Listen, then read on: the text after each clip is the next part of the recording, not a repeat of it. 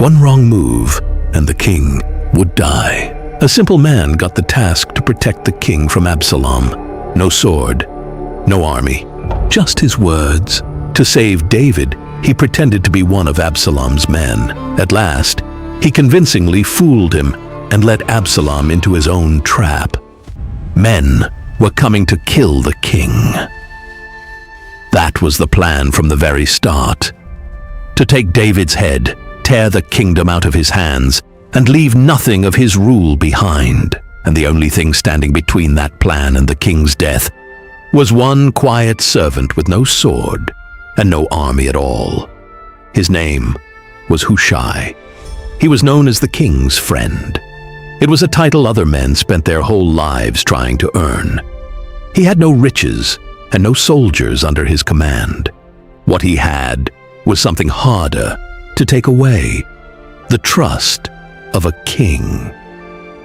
Hushai did not know yet that the ground under the whole kingdom was already cracking, and that soon his job would be to stop a murder before it happened. For weeks, a young man had been standing at the gates of the city every morning.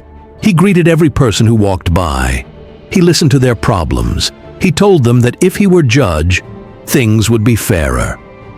The people began to love him. And far away, in the hills of Hebron, he was quietly gathering men who would call him king in his father's place. His name was Absalom. He was David's own son. The news hit the palace like fire spreading through dry grass. A runner ran in, gasping. Absalom had declared himself king. All of Israel was turning to follow him. And everyone in that palace understood exactly what this meant. Absalom was not coming to share the throne. He was coming to take David's head and rule alone. Absalom was not doing this by himself. Behind him stood a man with one of the sharpest minds in the kingdom. A man David himself used to trust completely. His name was Ahithophel. Without him, the rebellion would have fallen apart in days. With him, the plan to kill David had real strategy behind it, and it was already moving fast. David did not stay to find out how bad things had become. He gathered his family and his servants, and within hours, the king of Israel was walking out of his own city on foot, knowing that somewhere behind him, men were already planning his death. His guards marched with him, their faces grim, their hands never far from their weapons. Hushai walked with him. His clothes were torn. Dust covered his head, a sign of deep sadness. He followed his king up the Mount of Olives, weeping as he climbed, ready to go wherever David went, even into the wild country with nothing. At the top of the mountain, David stopped. Hushai stood in front of him. David looked at him for a long moment. "If you come with me, you will only slow me down." "Hushai, my friend, I need you. I am here, my king. Go to Absalom, be my eyes. I will not fail you." "If you do that, you can work against Ahithophel's plans for me." Hushai understood right away what David was really asking. He was not being sent away to safety. He was being sent back to stop the very men trying to kill the king. And he would have to do it standing right beside them, smiling, while they planned David's death in front of him. David told him, "Zadok and Abiathar, the priests, are still there. Tell them anything you hear in the palace. Their sons, Ahimaaz and Jonathan, will bring the message to me." Hushai turned around and walked back down the mountain.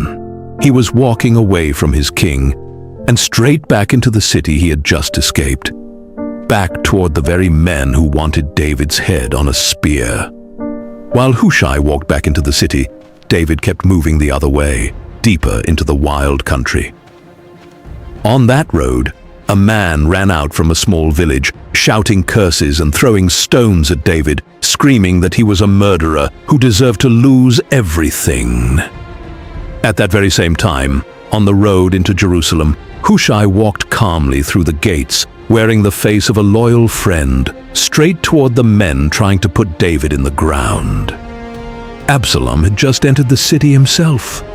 For one moment, Hushai and Ahithophel stood close enough to look at each other. Neither man said a word, but Ahithophel's eyes stayed on Hushai a moment too long, almost as if something told him this man was not as loyal as he claimed to be. Hushai called out, loud enough for everyone to hear, "Long live the king! Long live the king!"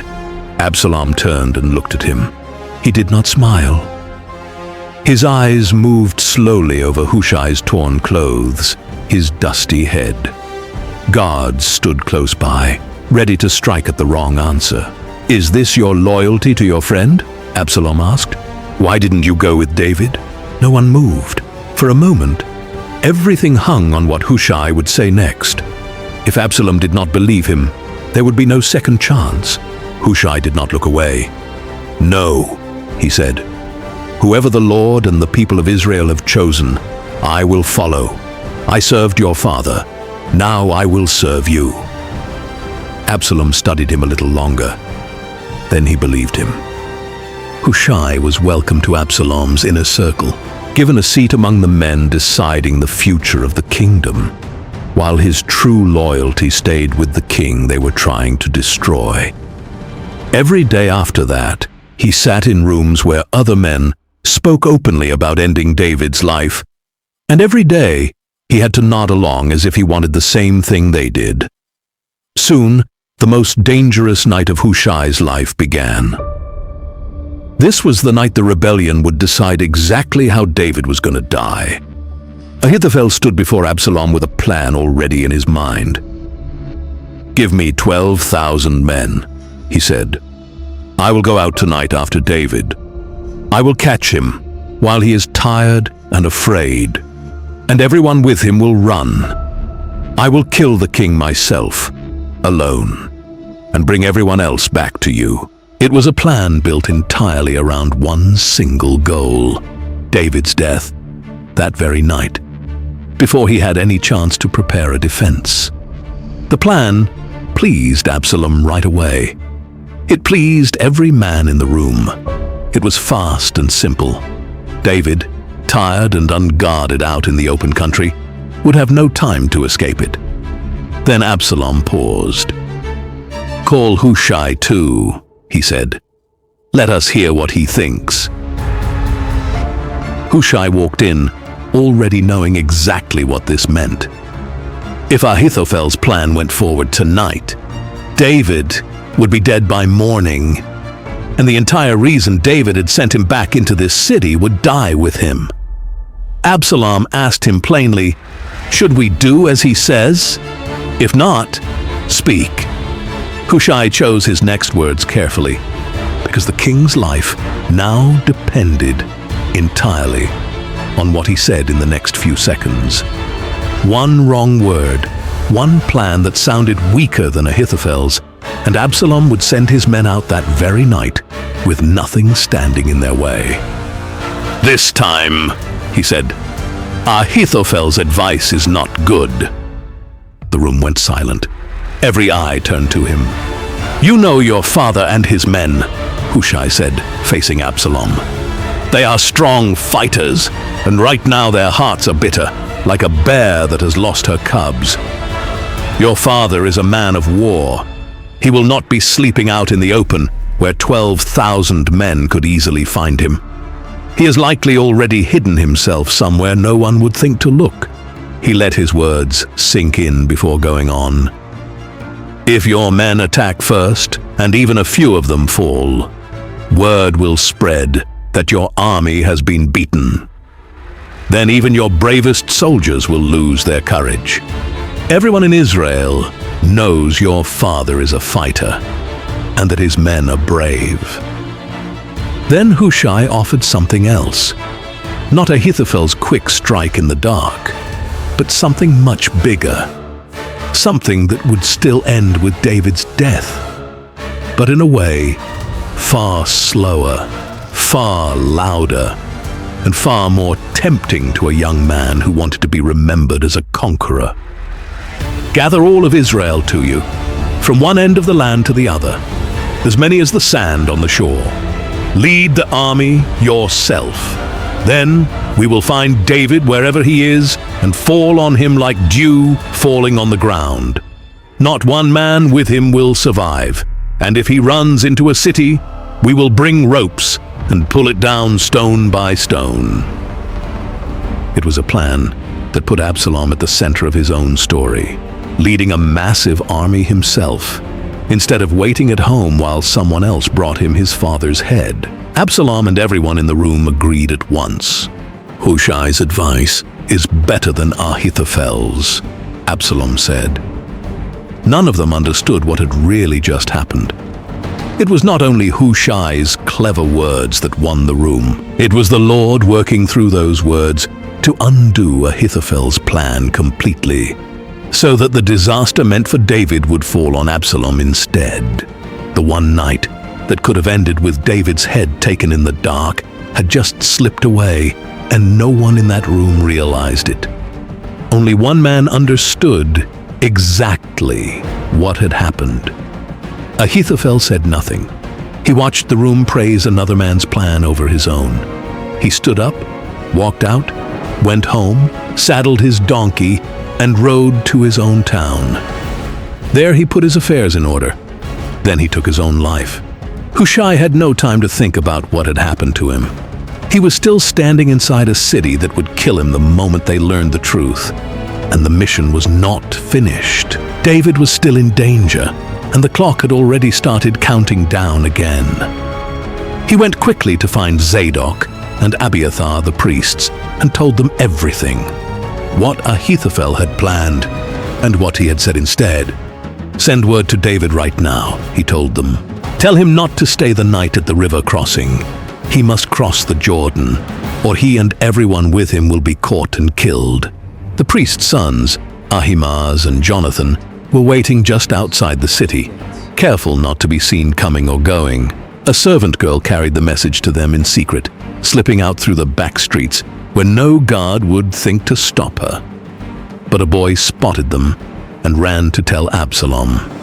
The two men did not wait to see what would happen.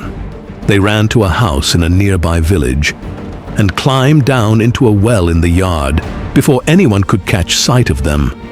The woman of the house worked quickly, covering the opening and scattering grain over the top, so nothing looked out of place at all.